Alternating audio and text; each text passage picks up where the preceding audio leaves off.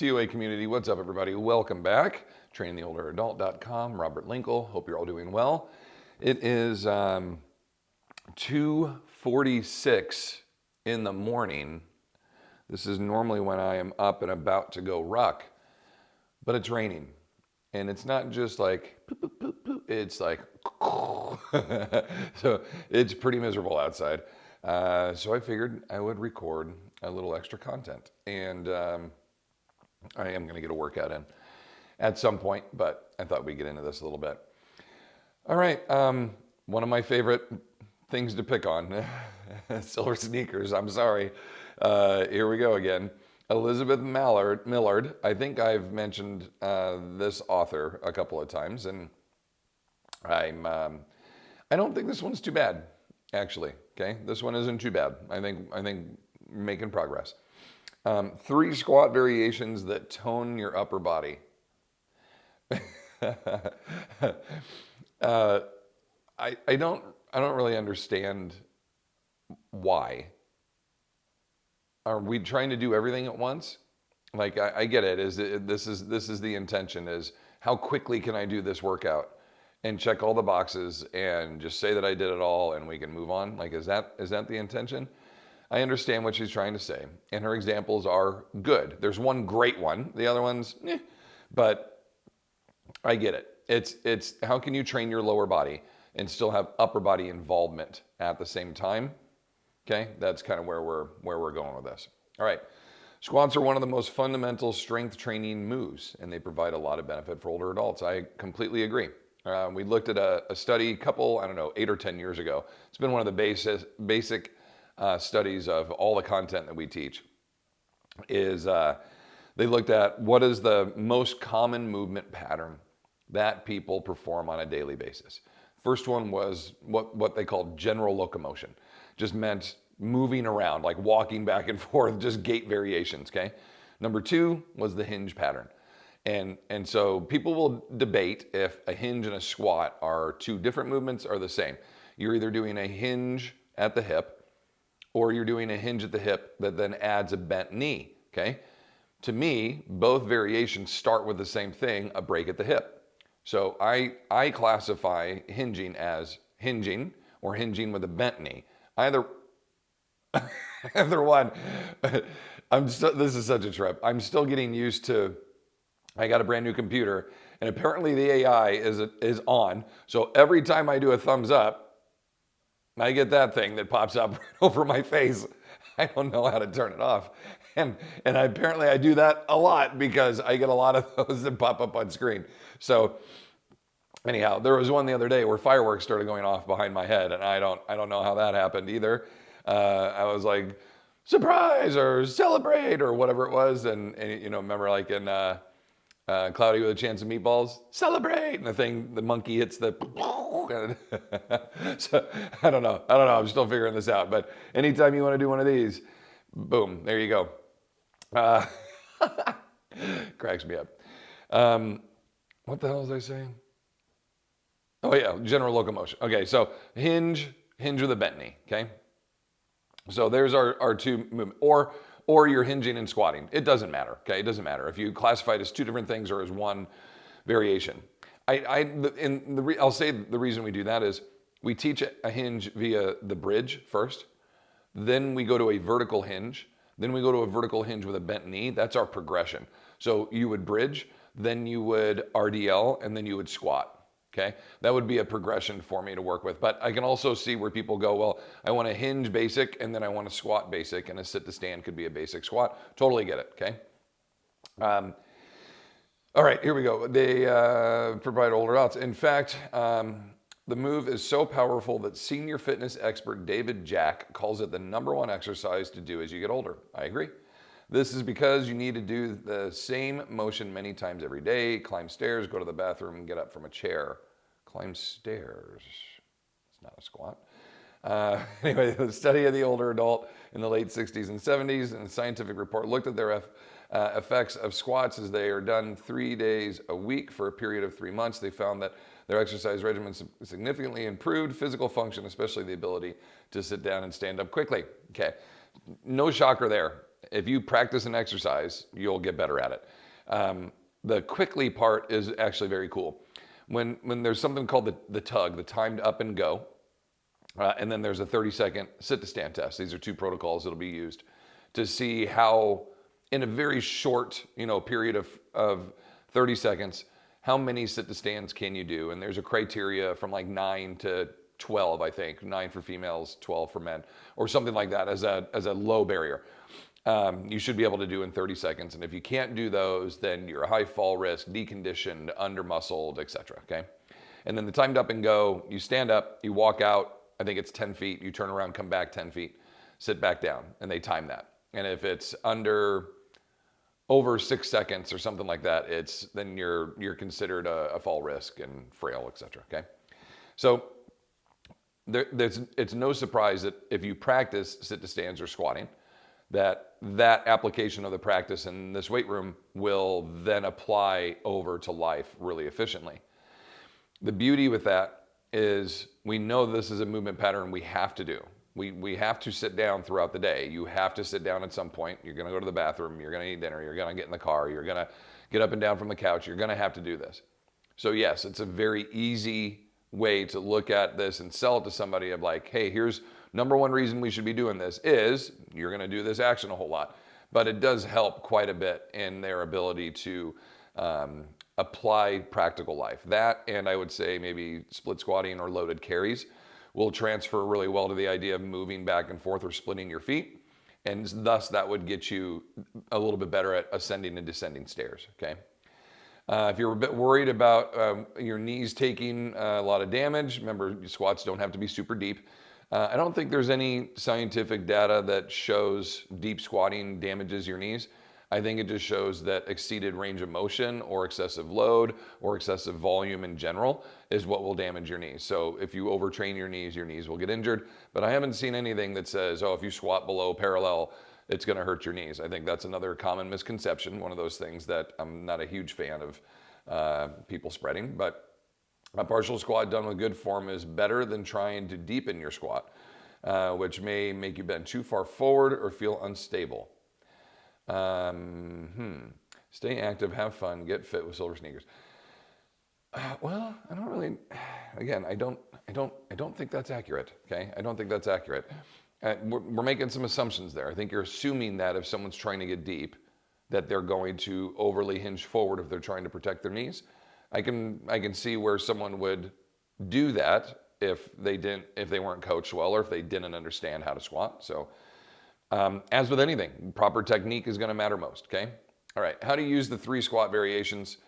The tips here, remember to push with your hips and bend your knees and, gives the basic beginners. I got a little video there that you can watch, so let's get into these. All right, squat to an overhead press. Okay, if you complex any movement, if you combined them together, of course you're going to involve more muscle groups, right? Like, to me, this was the first one where I was like, well, you just cheated. You know what I mean? Like we were talking about squat variations that involve your upper body. So right away I was like, back squat, we're pulling down with the bar, like trying to bend the bar around. There's my thumbs up again. Anytime it sees the thumbs up, it shoots that up there. You're trying to pull the bar down. Apparently I do the thumbs up a lot because it comes up often. As you can see, we should start a little count, right? With every time it goes off. In every recording, I could set records. That's what I'm thinking, like bending the bar down around or like that's, I don't want to jump the shark on the last ones, but this one's a little bit of a cheat. And this is my least favorite version of the squat and press is the one dumbbell turned sideways, okay? I'm all for a kettlebell via the horns, right? Where you're going to squat and press it. What you need to recognize with this is this individual performing a squat and press with their hands 6 to 8 inches apart has to have exceptionally good shoulder mobility and range. Because pressing your arms over your head as an aging adult, number one, is difficult enough because we don't do that movement on a daily basis. So the ability to put our arms over our head is very, very limited. That's one of the most deconditioned movement patterns. It's probably the one where if you go out and you find 100 people, just go to the pharmacy and pick 100 people coming out of the pharmacy, line them all up and go, everybody put your arms straight up over your head. 99 out of 100 of them can't do it to 180 degrees. Like it's that difficult of a movement pattern to do because they don't do it on a daily basis. We sit down and get up many times a day. They walk many times a day. They'll bend over to get stuff or hinge many times a day. They'll pull things towards them many times a day. You know what they don't do? They don't press their arms perfectly 180 degrees vertical over their head at all throughout the day. We reach overhead to do our hair. I don't, but everybody else does, right? They do things like that, but how often do we literally press our arms to 180 degrees vertical over our head? Unless you're working out, I can't give you an example, right? Maybe if you're a contractor pushing plywood into the sea, I don't know. Like, not often. So that's why that pattern gets so deconditioned and why frozen shoulder syndrome and et cetera is like, it's such a big component it's such a big limitation is because it's just a deconditioned movement pattern that's not done. So the purpose for using it in this example is they want a light weight, okay? So what does she have there? Like a 3-pound dumbbell or a 5-pound dumbbell? Let's call it a 5. So you're gonna turn it sideways so you can have 2.5 pounds in each hand. Just buy 2-pound dumbbells, right? And hold one in each hand. And I can move my arms out and wherever I am most comfortable to attempt to get to overhead, okay? Now in the instruction on here, I think I cut some of this because I don't want to have just tons of verbiage on there for you to see. But in the instructions, I believe they do say, make sure you can press your arms to 180 degrees or reach as high as you can. What it didn't say is, if you can't, don't do this. Because training a shorter range of motion isn't going to help them get their arms over their head. What I mean by that is, if all you can do is press to 140 degrees and back, 140 degrees and back, is that ever gonna help them get to 180? No, it is not, okay? Not only, number one, are you not getting the range of motion, you're not working the true muscle group that you think you are. By pressing a weight close and in front of me, I'm getting a ton of anterior delt. I'm actually getting some pec. I'm getting tricep, right? I'm getting some target musculature. What I'm not getting is lateral head, posterior head. I'm not getting my serratus stretch, my lat stretch, my pec stretch. I'm not getting any of the musculature engagement that I need to completely lock my arms over my head. As opposed to if I lay down, there it is again, if I lay down on a bench and I do pullovers, right? Even though I'm not pushing to that position, at least I'm achieving 180 degrees and my shoulder is recognizing what it feels like to get into that position.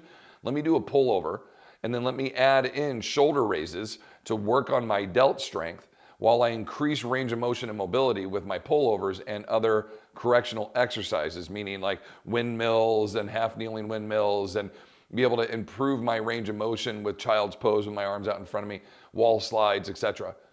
And as I practice those things over a couple of months, then maybe I can eventually press my arms over my head and then I'll add load to it.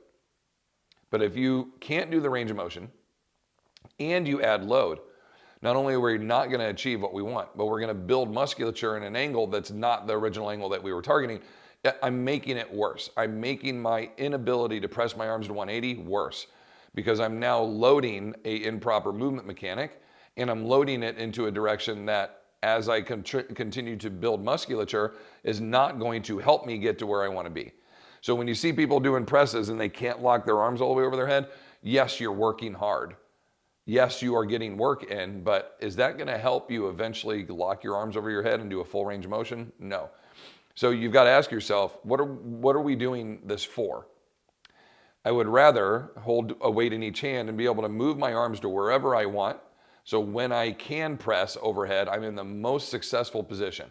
Being 6 inches apart is not the most successful position for the majority of people. It's such a short and narrow window. I could press dumbbells over my head since birth, right? Since I started. I'm a big gorilla and I can do that. But to press a kettlebell over my head took me some time to build the mobility to do that. Because in the early parts of my career, I was doing barbell snatches, barbell clean and jerks. My whole life revolved around a barbell to be able to apply force to throwing the hammer.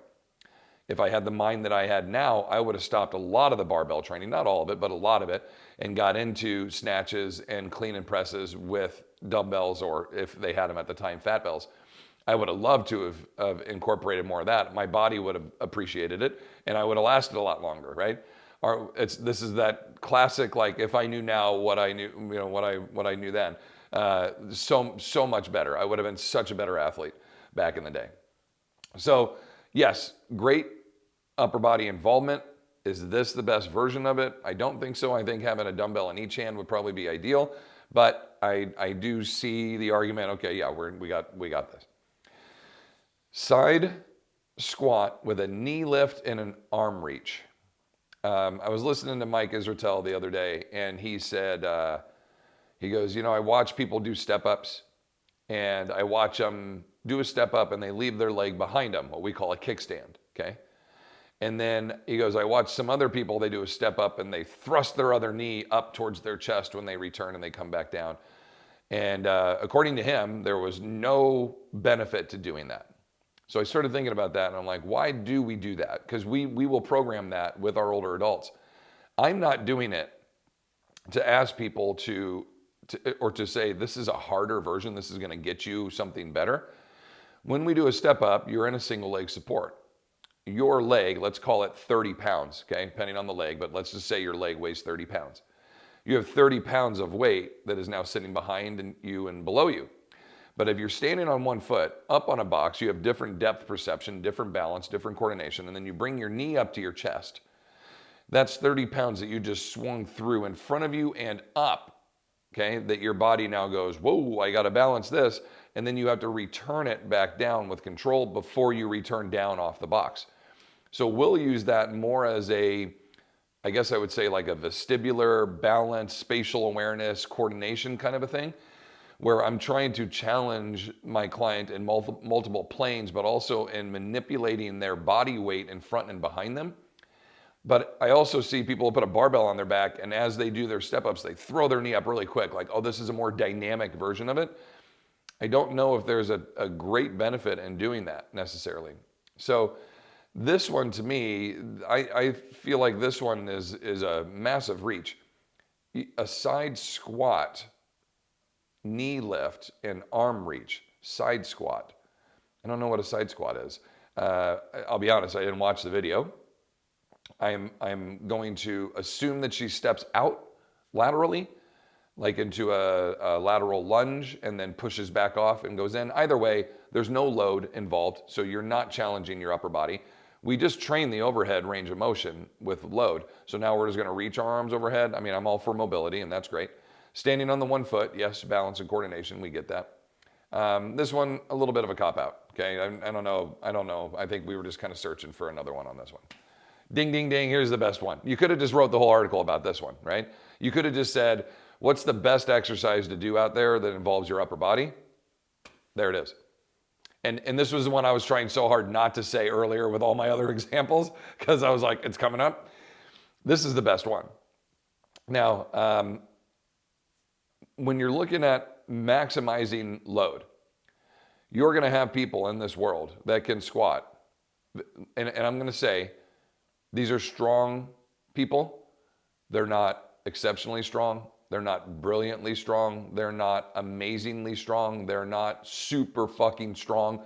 Just regular, strong people that can back squat their body weight. I'm 250 pounds. They can put 250 pounds on their back and back squat it. That's a thumbs up. That's a regular person strength. Like a regular person that trains on a regular basis, that's good strength. If you can't squat your body weight, I'm not saying you're a weakling, okay? I'm not saying that. I can't squat my body weight, right? My mechanics don't allow for that anymore. I can't do it. Am I strong enough to do it? I'm sure I could handle it, but my hips and my back wouldn't like that.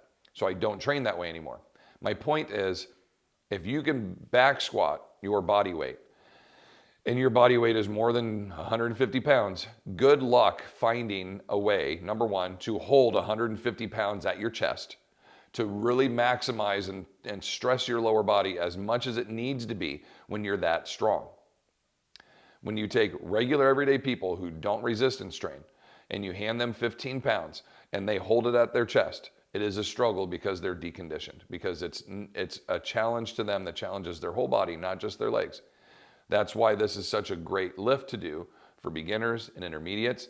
But when you get to an advanced level of strength, you've got to find a different way to load it. Okay, and that can be via a hex bar or a barbell or a safety bar or whatever else you want. But at some point, the upper body engagement of holding the load is the limiting factor, is my point. Okay, you're going to get to a point where your legs are way stronger than what you can hold at your chest. So really, the upper body is the targeting limited capacity of this lift, is how much can I hold, then I can squat. Now, just to go up the ladder of where all those other strengths that we talked about, there are people in this world who can do double their body weight. They're very strong. So 250, that means they can back squat 500 pounds. I was one of those people, okay? And that was, I'm gonna say that put me in the top 2% in the world of people that, and trust me, there's tons of people out there that can do this. So it doesn't mean that I'm special. I was okay strong. There are many people in the fitness world that can squat double their body weight, 500 pounds plus. Then you have another group of people that can squat 700 pounds, 2.5 times, maybe 3 times their body weight. Then there's a very select few people that could do about 800 pounds. Your Ronnie Colemans and a lot of your great power lifters and such. And then there's a handful of people. We're gonna talk about 30 people that can do 1,000 pounds. And these are usually with elephant bars or some different variation of a bar as a power lifter, as a strong man, okay, that have taken 1,000 pounds and squatted it. And that is amazing. It's you're using gear, you're all kinds of stuff. Anyway, I won't go into too deep of a tangent, wrap this thing up a little bit. Gives you an idea of the limiting factor to this lift, which is by far the best one out of this, is the upper body engagement of holding the load close to the chest, hugging that weight into your body, compacting your shoulder blades down and in so you feel like you're gonna get, there we go. What did I do? What did I do to set off fireworks? The double thumbs up? Is it the double thumbs up that shoots off the fireworks? Yeah, there we go. Okay, now I know this is gonna be fun. All right, this, the double thumbs up does the fireworks.